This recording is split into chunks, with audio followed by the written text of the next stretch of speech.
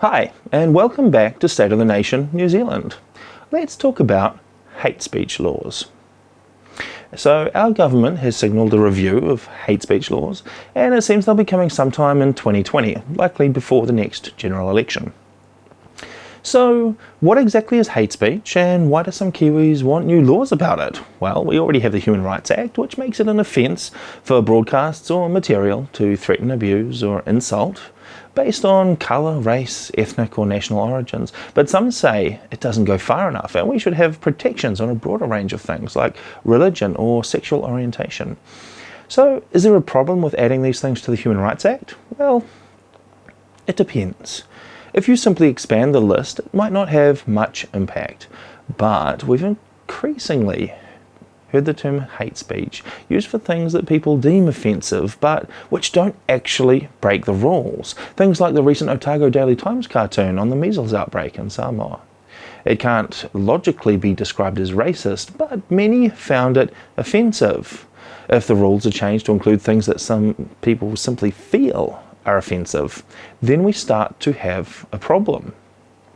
A major driver seems to be the push for a tolerant and diverse society with laws to stop people being anti-Islam, anti-religion, anti-LGBT or anti-whatever.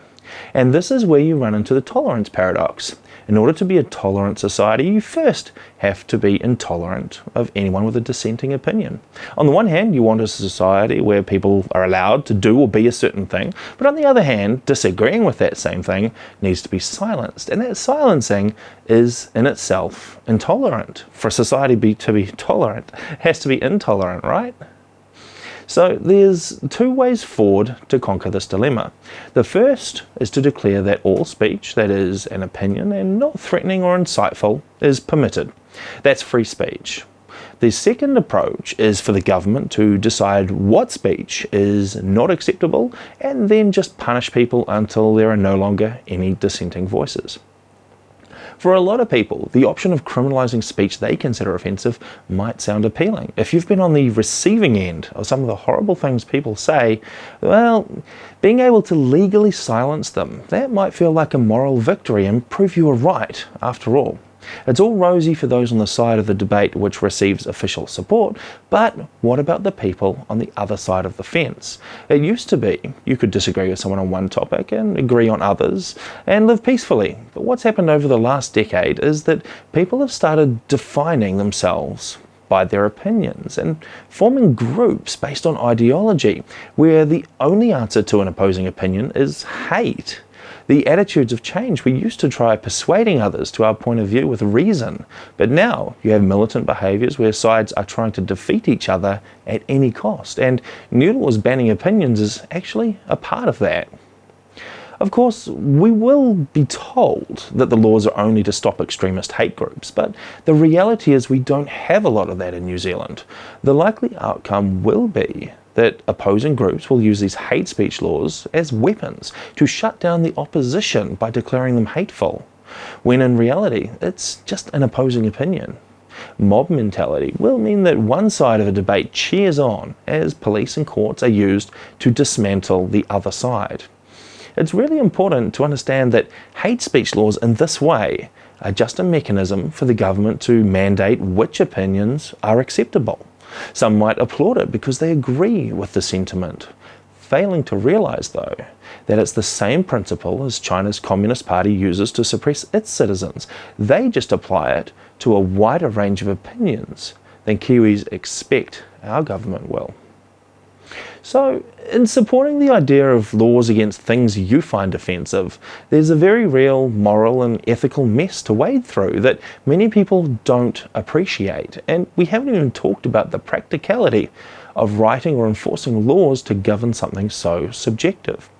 The same statement can be insulting, funny, or accurate, depending on your point of view. Let's try an example. Here's a statement with one word blanked out.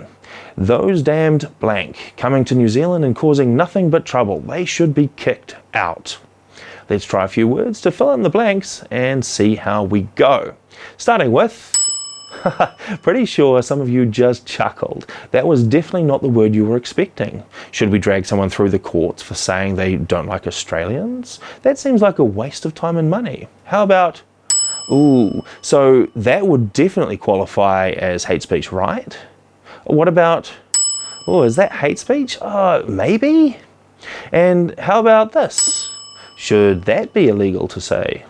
And finally, what about an ideology? Sure. Oh, lots of people would absolutely support this statement.